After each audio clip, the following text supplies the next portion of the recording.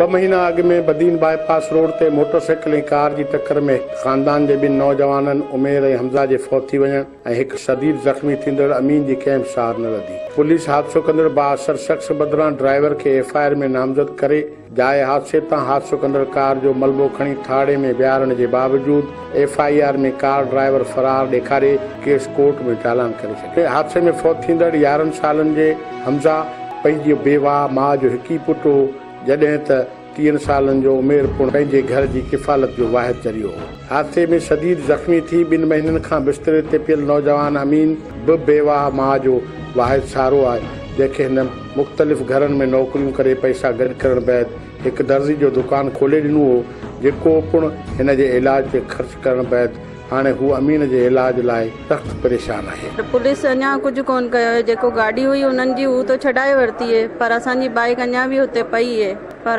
असां कुझु कोन था करे सघूं। सदर सां, चीफ जस्टिस ऑफ पाकिस्तान ऐं आर्मी स्टाफ सां कि असांजी मदद करें। जेको हू आहे हू वॾो माण्हू आहे ऐं असां ग़रीब आहियूं। तासिर ख़ानदान जो चवणु आहे त हादसो कंदड़ कार जा मालिक बाअसर आहिनि, जेके पुलिस खे पैसा ॾेई ऐशो अशरत जी ज़िंदगी गुज़ारे रहिया आहिनि, पर हू पंहिंजे ज़ख़्मी पुट जे इलाज लाइ बि सख्त परेशान। उन्होंने सही नहीं काटे हमारी, उसने पैसे दे दिए तो इस वजह से उसने हमारा कुछ नहीं किया है ना।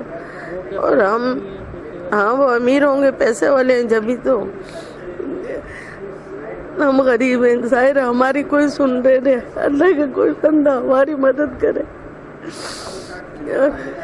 नहीं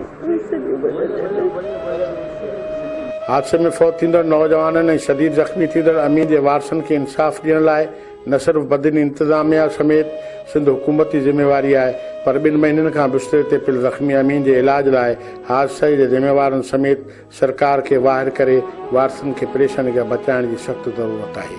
कैमरामैन रजब रायमू सां गॾु शकूर मेमण, सिंध टीवी न्यूज़, बदी।